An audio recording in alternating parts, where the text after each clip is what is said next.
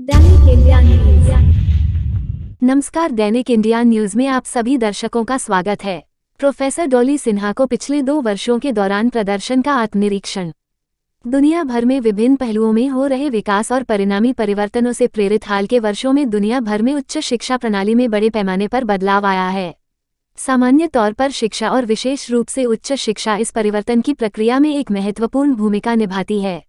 उच्च शिक्षा संस्थान हमेशा समय समय पर आवश्यक सुधार लाते हुए सभ्यता प्रक्रिया में उत्प्रेरक और परिवर्तन के संभावित एजेंट की भूमिका निभाते रहे हैं।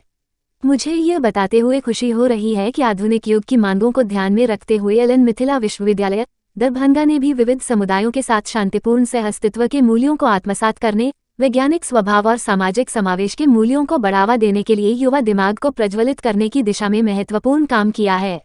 विश्वविद्यालय के विभागों और कॉलेजों ने पिछले 2 वर्षों से कोविड-19 महामारी के कारण उत्पन्न बाधाओं के बावजूद शैक्षणिक समृद्धि प्राप्त करने, सांस्कृतिक गतिविधियों में भाग लेने और इस तरह मिथिलांचल के आर्थिक विकास में योगदान देने में छात्रों की मदद करने के लिए लगातार काम किया है। मैं इस बात से पूरी तरह अवगत हूं कि उच्च शिक्षा के विकास के साथ तालमेल बिठाने और राष्ट्रीय स्तर पर पहुंचने के लिए शिक्षण अधिगम की मूल्यांकन प्रक्रिया में और छात्रों के व्यक्तित्व विकास एवं प्लेसमेंट के लिए भी बहुत कुछ करने की आवश्यकता है। राष्ट्रीय शिक्षा नीति 2020 के प्रावधानों का क्रियान्वयन बिहार के विश्वविद्यालयों के लिए एक बड़ी चुनौती है। हम भविष्य में अपना सर्वश्रेष्ठ प्रदर्शन करने की पूरी कोशिश करेंगे।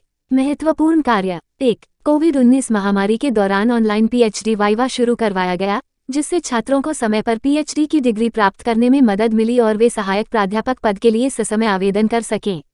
साहित्यिक चोरी नीति प्लेगरिज्म की शुरुआत ने हमारे छात्रों की पीएचडी डिग्री की उच्च विश्वसनीयता सुनिश्चित करने में मदद की है।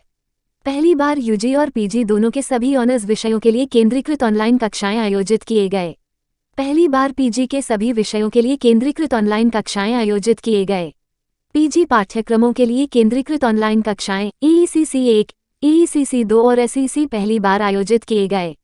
पहली बार सभी कॉलेजों के स्नातक तृतीय खंड के छात्रों के लिए GES के लिए केंद्रीकृत ऑनलाइन कक्षाएं आयोजित किए गए।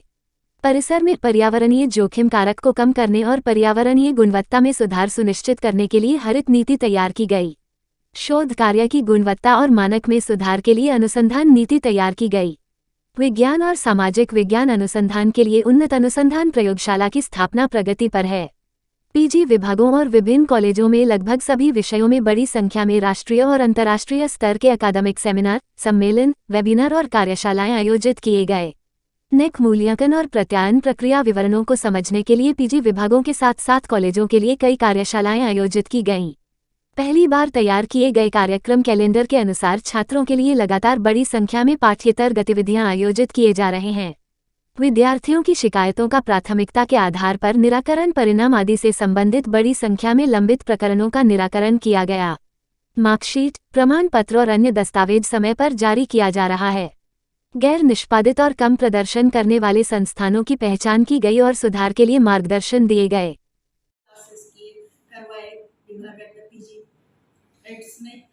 और इस साल कई कोऑर्डिनेटर्स के सहायता से भी अंडर ग्रेजुएट के क्लासेस हुए सेंट्रलाइज्ड। उसके अलावा पीजी के सारे क्लासेस सेंट्रलाइज्ड हुआ। कोरोना काल में हमारे छात्रों की पढ़ाई जो है बाधित नहीं हुआ, तो इन सब में सभी का सहयोग है। हमारे teachers, heads, deans, principles and जो स्टाफ मेंबर्स हैं, सभी के सहयोग से कुलपति के निर्देश में हम लोगों ने अच्छा काम किया।